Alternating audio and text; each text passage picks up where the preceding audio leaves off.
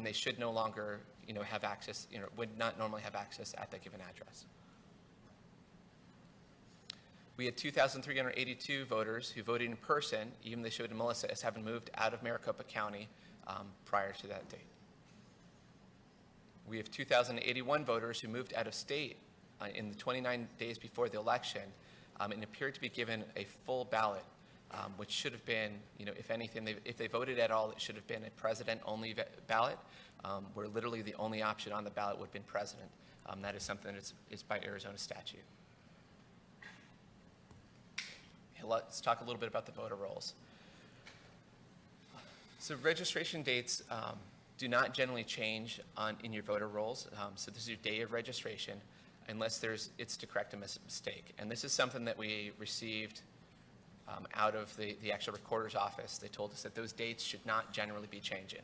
Your date of registration should be your date of registration. And it says there at the end, the only time a voter may have two dates of registration is if the registration has previously been canceled and the voter registers again. The original record would be canceled for a variety of reasons, and then they'll have a new record with a new date of registration. So the old record should not exist, and it should not have a date of registration change. Likewise, we have this thing called AFSEEK. And AFSEEK is actually a unique identifier that is a reference to a transaction. So for example, if you went and you needed to change your address, you would fill out a form, and when you filled out that form, you would turn it into the recorder's office, and they would image that, and they would process it. And when they processed it, they would assign it a unique identifier.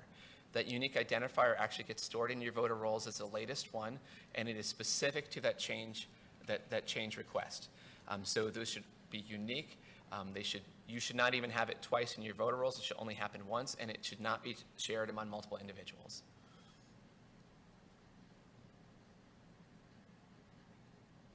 And this is something, again, we confirmed with the recorder's office. Now, we also have a statute that says complete names should be used, and they'll get into our findings that we have here in a second.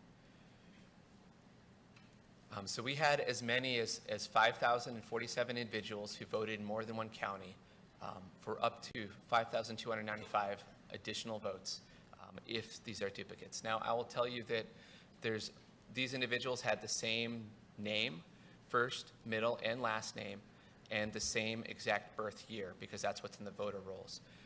But if you have an extremely common last name, which can happen, there's some of these may in fact just be individuals with the same exact name and the same exact birth year.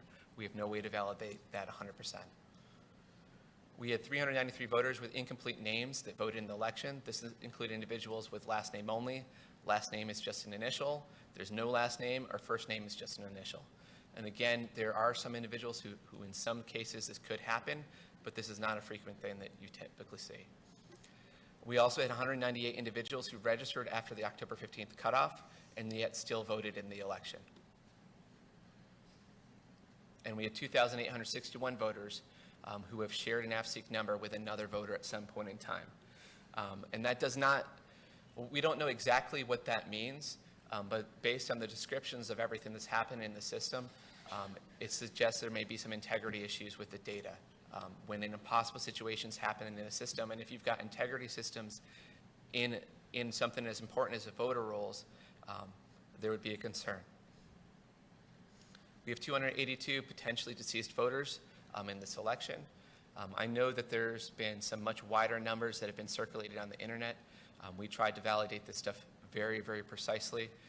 It can be a difficult thing to match up voter rolls to individuals. From our testing, we believe that all the ones we have in here are accurate, but there are potentially additional ones as well. We have 186 people who potentially have duplicate voter IDs that both voted. I think that Dr. Shiva was mentioning that we haven't had individuals with the same first name, last name, and the same address and seem to have the same signature. That is something that we have also seen in the voter rolls with people who seem to have literally the same exact name. We have 186 people, that's the case, where they actually, the first name and last name and the address, all match up, and year of birth. Because the assumption would be you might have a junior in a different place, and so they'd have a different date of birth associated with it, but not the same address. And that is the end of the presentation for right now. With that, I'm going to hand it off to Ben Cotton, who's going to go over our digital findings. Thank you. Mr. Cotton, when you start, could you just give us a little bit of your background, please, and then proceed? I'd be glad to, Madam President. Thank you very much. Sorry, once again, can you pull that mic up further for you? Thank you very much for the opportunity to participate in this historic analysis of the voting systems of Maricopa County. By way of background, I hold a master's degree in information technology from the University of Maryland. I have a CISSP certification. I have various forensic certifications. I actually served as a contract instructor for guidance software, the maker of Encase and Encase Enterprise software. They're now owned by OpenText. I have 25 plus years of doing digital forensics, incident response, and examinations in support of both government and private industry. I have served as an expert witness on multiple occasions, and I've also testified before Congress as part of my service. Prior to my digital forensics background for the last 25 years, I also served 21 years as a tab qualified Special Forces soldier serving this country and defending our freedoms. I recognize how critically important the voter integrity is to this nation. And this, again, Madam President, I agree with you. This is not a left issue. This is not a right issue. This is an American issue. And as I talk about this, you know, I would hope that the findings of this audit will be turned into actionable, legislative, meaningful product that we can move forward and secure these elections moving forward. So as I talk today, people may have heard some of my previous testimony. And this is not working.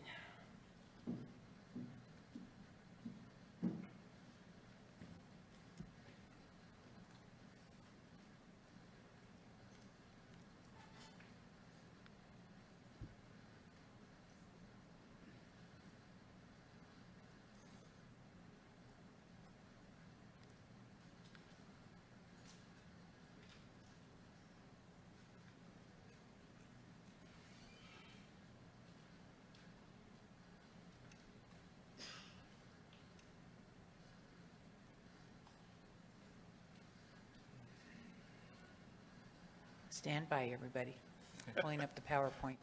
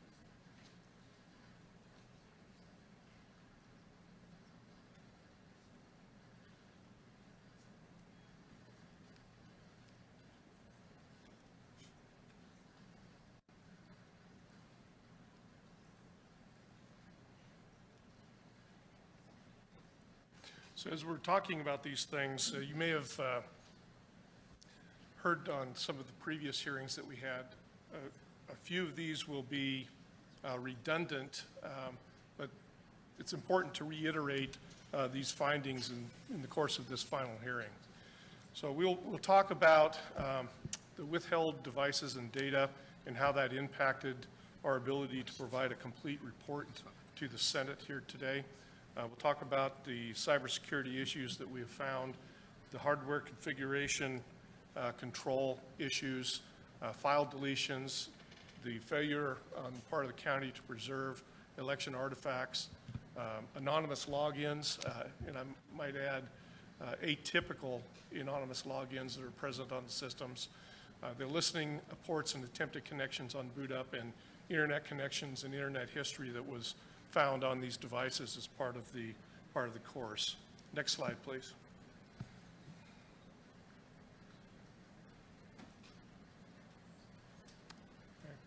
So let's talk about the withheld devices for a moment here. Redundant, but it's important to reiterate these findings in the course of this final hearing. So we'll talk about the withheld devices and data and how that impacted our ability to provide a complete report to the Senate here today. We'll talk about the cybersecurity issues that we have found, the hardware configuration control issues, atypical anonymous logins that are present on the systems, the listening ports and attempted connections on boot up, and internet connections and internet history that was found on these devices as part of the course. Next slide, please.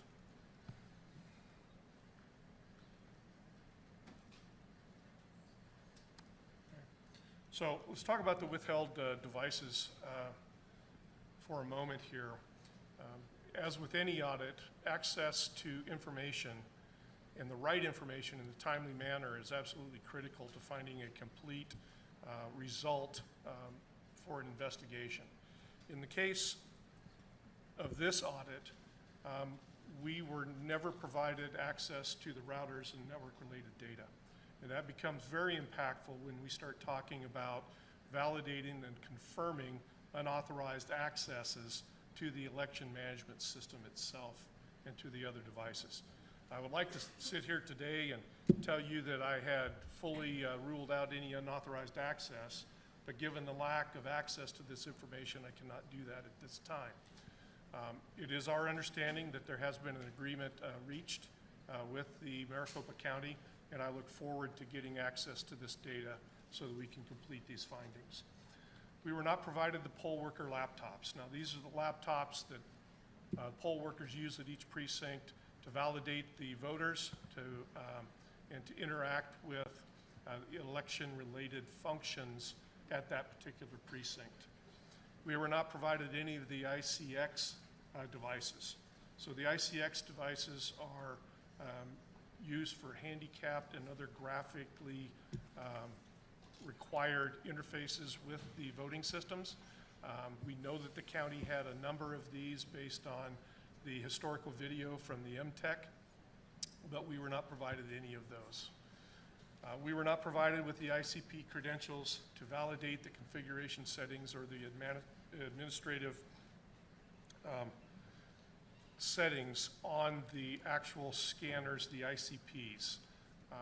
This was critical and a significant short finding in that I cannot sit here today and tell you whether or not the wireless modems were enabled and connected to the internet at the time of the vote. I cannot sit here and tell you today what the status was of the LAN connections that we know were inherent to those devices as part of the purchase from, or the lease from Dominion. Okay. Let's go a little deeper into the cybersecurity issues as we found them. Actually, you've skipped a slide, or no, I'm sorry. So let's talk about the, go back one slide, please. Let's talk about the cybersecurity issues. Now, the Department of Homeland Security has a division called CISA, and CISA has a recommendation that's published on the internet for how to configure and manage election systems that is freely available, and it's recognized as kind of the gold standard for securing an election system. I will tell you that every item up here is part of that recommendation from CISA. I will tell you that in Maricopa County, they failed to perform basic operating system patch management functions. Now let me explain that for a bit. So if you have a home computer, you realize that every Thursday or Wednesday, depending on your cycle, Microsoft will release a security patch to correct vulnerabilities that have been discovered since they released the operating system and it was installed on your computer. Okay. The last time that the operating system was patched on the Maricopa County election systems was the date that they installed the Dominion software, which was the 6th of August of 2019. Okay. So at the time of election, it had been over a year since that system had been patched. We found that that was also the same case with the antivirus definitions. So we know, as part of this world that we live in, that people are coming up with new ways to hack a system, to exploit vulnerabilities and get unauthorized access to the systems, and they're doing this continually. All major security vendors update their antivirus at least on a weekly basis to make sure that we can protect our systems from these newly originated vulnerabilities and exploits. The last time that the antivirus had been updated on the Maricopa County systems was the 6th of August, 2019. Okay. Now, Maricopa County did release a statement saying that if they had patched the operating system or if they had updated the antivirus, that would have invalidated the EAC certification for the voting system itself. Obviously, there are a couple of issues with this position. And the first one is that we are relying on a certification system that would impose obsolescence instead of security in the very act of trying to secure a voting system. That is nonsensical, and it should never occur. So if that is in fact the case, we need to take a very close look at what we're relying on to validate and certify these election systems and software to ensure that we're not certifying guaranteed obsolescence of the system. Now let's assume for a moment that what Maricopa County said was true, that they could not update those systems because of this certification issue. There are a couple of problems with that, as borne out by the artifacts on the actual EMS server itself. So if that is true, then that would mean that no new executable files, no new dynamic link libraries could be created or modified on that system after the date of the software installation, which once again was 6 August 2019. What we found is that there are 4 executable files that were created after this date of Dominion install. There were 45 executable files that were modified after this date of install. There were 377 dynamic link library files which were created after the Dominion software install. And there were 1,053 DLL files that were modified after this date. So if we assume that what the county represented is true, then in fact, that voting system would not have been certified at the time of the election. Let's talk a little bit about log management here. So there is a federal statute that requires the preservation of election-related materials for 22 months after the date of the election. That applies not only to paper, but that also applies to digital artifacts. Maricopa County failed to preserve the operating system security logs to cover the dates of the election. They provided security logs early in the audit process, but they did not provide the Windows security log itself. When we examined the EMS server, we found that the dates covered by the security log only went back as far as the 5th of February 2021. Now there's a couple reasons for that, and we'll go into those later, but the bottom line is that they failed to preserve those logs, or at least those logs were not turned over to the auditors. And so I'm assuming, since they were part of the subpoena, that those should have been provided had they been present. Okay. Next item there is credential management. This is probably the most offensive item on this list to me because it carries such a huge impact on the securability of a system. What we found is that for the election management system, the adjudication systems, the ICCs, and all of the voting related systems, they all shared a common password for both user accounts and for administrative accounts. And just to be crystal clear, it was the same password for all those accounts. So to complicate matters as well, those accounts had not been changed since the installation of the software. So they were established on the 6th of August 2019 and never changed. There furthermore was not an individual accountability of the users who access specific accounts so that you could tie a username, an action, and an individual when you discovered something that was an anomaly. Okay. We did not see any software or any effort to establish and monitor a host baseline of programs and processes. Furthermore, we did not see any log aggregation or methodology by which to establish and monitor the network communications for this system. There simply was none of that software present on any of these devices. Next slide, please. We also saw and detected that there was a failure in hardware configuration within the voting system. Now what you're seeing right here is the system, the acquisition photos for the system that was identified as the Adjudication 2 workstation. Okay? Now you will see in that picture that there are 2 hard drives that came out of that system. It's not uncommon to have 2 hard drives in a system for data storage, et cetera, et cetera. However, both of those hard drives are bootable. Okay?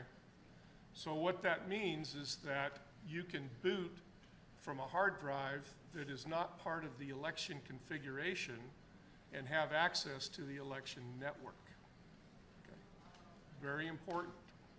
Okay? It's clearly not an approved configuration. It was the only system that we found a dual boot situation. Now, to further complicate matters a little bit, and I'm not going to make judgment as to the legality of this or whether or not this deserves further action, is that on that second bootable hard drive, there appeared to be non-Maricopa County data. So let me define that a little bit. On that hard drive, there were Dominion databases that appeared to be, one, demonstration data, but also data that may have originated from Washington State and South Carolina. And I derived that not from an in-depth investigation of the data, that was outside my scope, but from the naming conventions of the databases themselves. Okay. So, once again, validating and approving the configuration of these systems is critically important to preserving the integrity of that election system. I would also note Whatever, dude. that neither of the two audit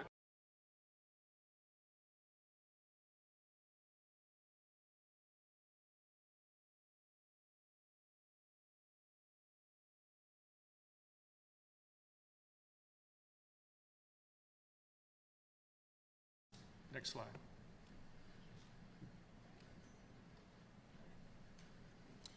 One of the challenges that we had was actually the accountability of deleted items. We'd talked about deleted items before, but let's be crystal clear about this. From the EMS, which is the Election Management System server, on the C drive, there were 865 directories and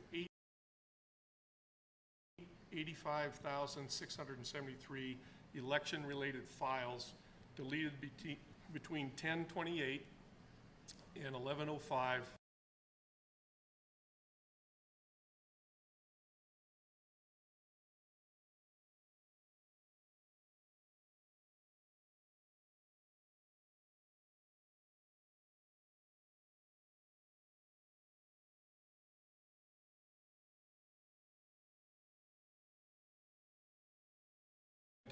They also included some log files. So what is difficult to determine is that I know they were deleted.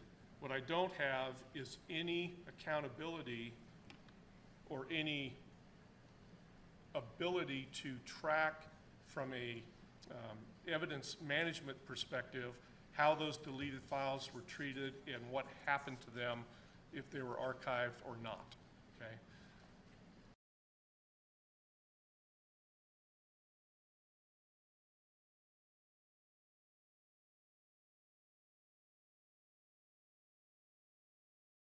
There are a .dvd file, and those are actually the results of the election totals off of each tabulating device. And those were part of the deleted files that were removed from the EMS. From the, so the EMS actually had 2 hard drives. Well, they had 6 hard drives configured into 2 logical drives. So the second logical drive was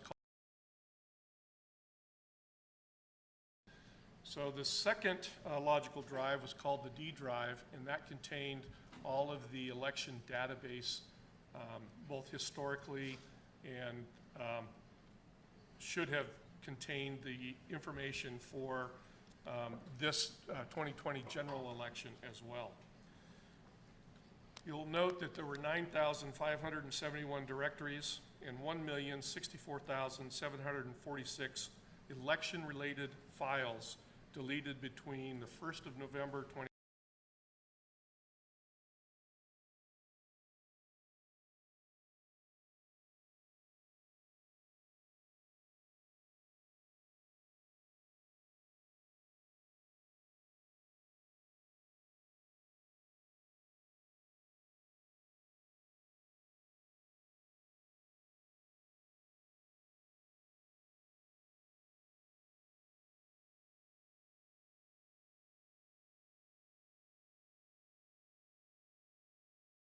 of those. On the HiPro 1, there were 304 directories containing 59,387 files of election data that were deleted from the HiPro Scanner 1 on 3 March 2021. Now this becomes kind of important because part of our analysis was to look at the interaction of these scanners, these systems, and how data flowed. You'll notice that that's about a month and a half before they turned that over to us. Next slide. You see a significant amount of deletion on HiPro 3 on that same date.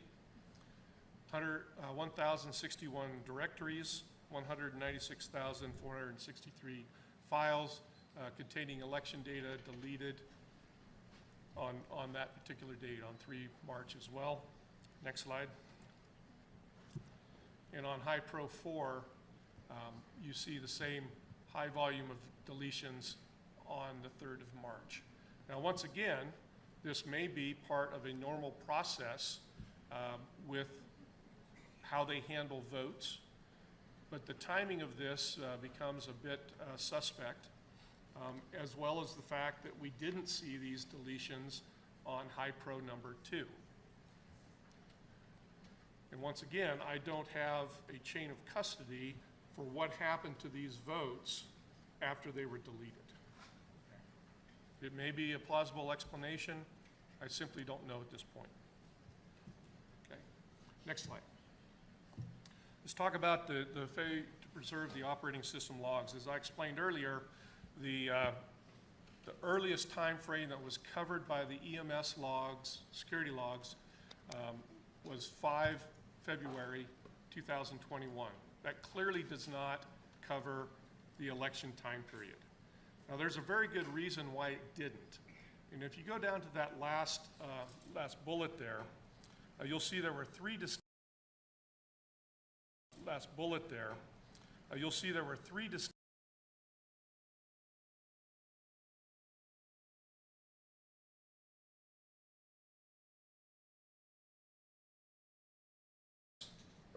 there's a user-defined setting that you can define how much quantity of logs are retained before they get overwritten.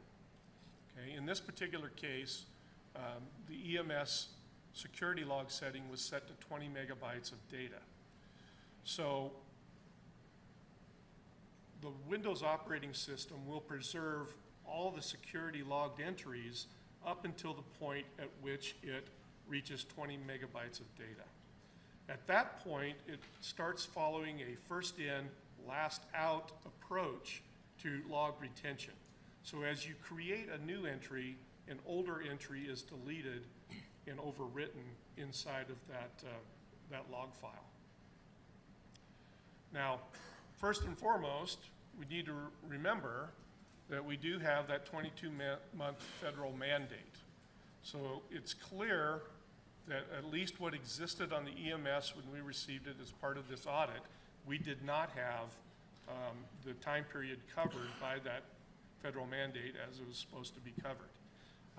That security log was not turned over as part of any other documents that we have by Maricopa County. So I'm going to assume at this point that it's not available for us to look at, or else they would have turned that over to us. Now, if you look at that last bullet, that first in, first out approach all of a sudden becomes readily apparent as to what happened on these distinct dates. So on each of these dates, an individual executed a script, and that script repeatedly looked for a blank password for all of the accounts on the system. Depending on the system, there were only about 16 accounts that were present on a given system. Okay? So this script was run multiple times. On 2/11, 462 log entries were overwritten by this script. On the 3rd of March, 37,686 log entries were overwritten by this same script. On the 12th, which is the day before we received the system, there were 330 log entries overwritten by that script.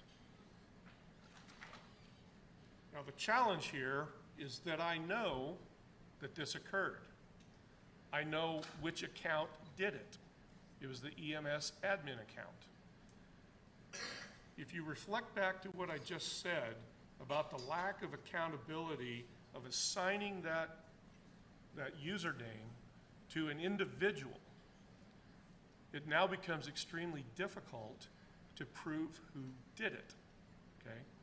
Now, luckily, we happen to have some historical data from the MTech video feeds. And so we leveraged that data to backtrack and align these times, and we have captured screenshots of Maricopa County people at the keyboards during those time periods. Okay? Now, we we've identified those individuals, but we will not release their names because we understand what the scrutiny is and what the impacts would be to those individuals. But I just want to tell you that the very point that they did not have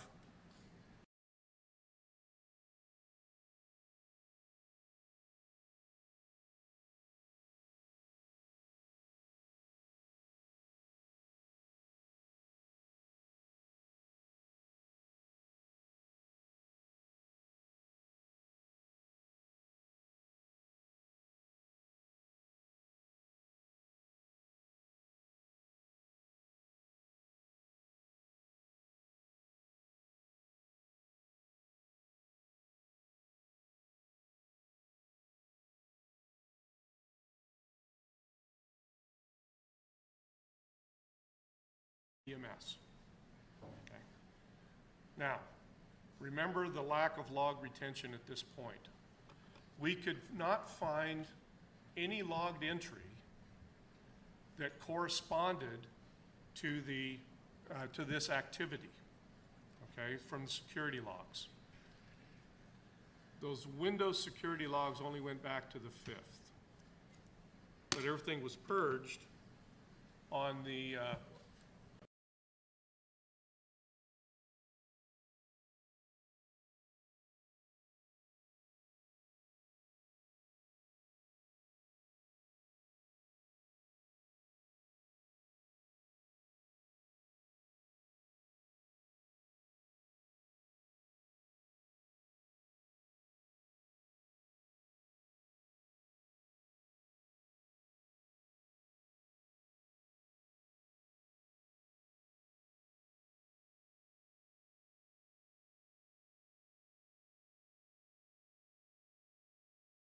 context of the election to be audited. But that clearly was not the case in this instance. Sorry, just to clarify, so this is a log file specifically from results tallying and reporting, which is the Dominion software. That entry says that someone went into the program and clicked on something that said, I want to purge all the results for this election. That goes through and that deletes all of the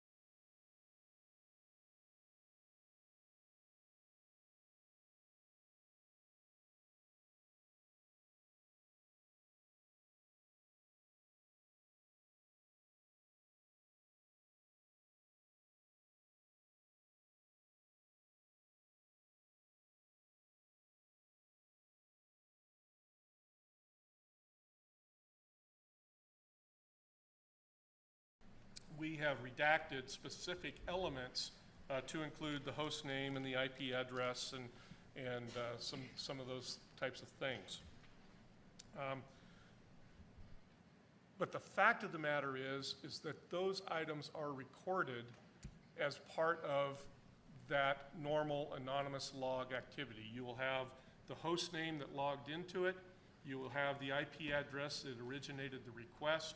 In most cases, you'll have the username as anonymous, but that username is then validated against the access control lists and the user authentication mechanisms and validated. So the very next log entry in a normal anonymous activity is a validation of that user's credentials to access that particular device or process or whatever they were accessing. What you see on the left is something that we discovered in the logs, which is what I call atypical anonymous login, okay? You will notice that none of those items that are captured by normal activity are present in this log. You don't have an IP address of the originating device. You don't have a host name of the originating device. And furthermore, when I look at these in context of the actual security log itself, there is no validation of a user's credentials immediately following this. There are hundreds of these types of anonymous logins in the security logs that we do have. I cannot tell you at this point if this same type or pattern of activity occurred during the election cycle, because these logs don't exist that cover the election, okay? But I can tell you that without access to that router data and the network data, I cannot validate whether or not these were legitimate accesses. You'll notice that it is a login type 3, so it was a remote access. I cannot tell if this is a legitimate access or an unauthorized access at this time. Next slide, please. So we also took a look at what happened when the EMS was booted up. And let me walk through the methodology here to kind of assuage everybody's concerns. So within the, when we actually imaged all these processes and these systems, by the way, we imaged 770 devices and we gathered over 114 terabytes of original forensics data, okay?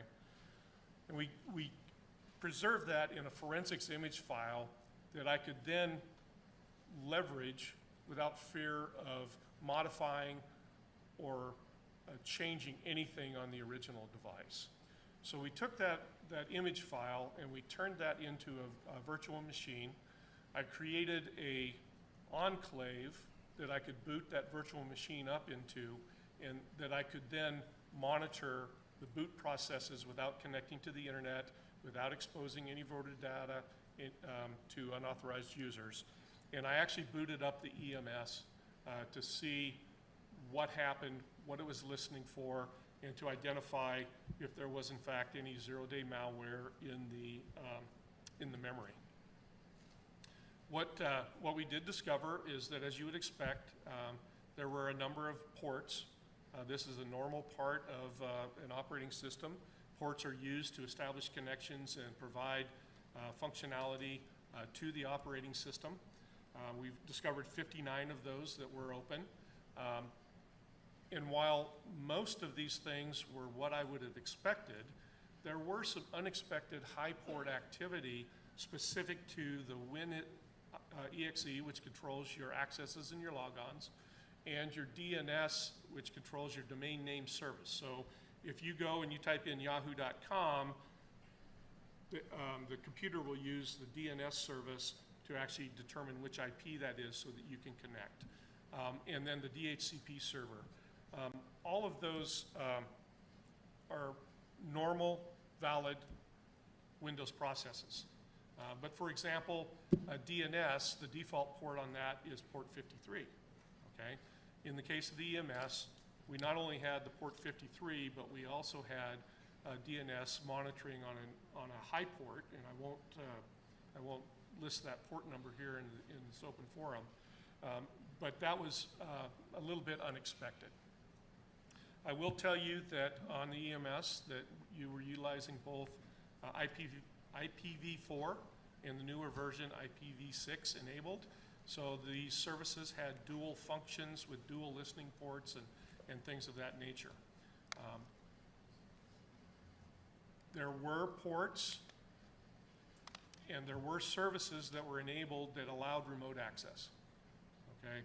So the RDP protocol, for example, as well as the terminal services were enabled on the EMS. Okay. Next slide.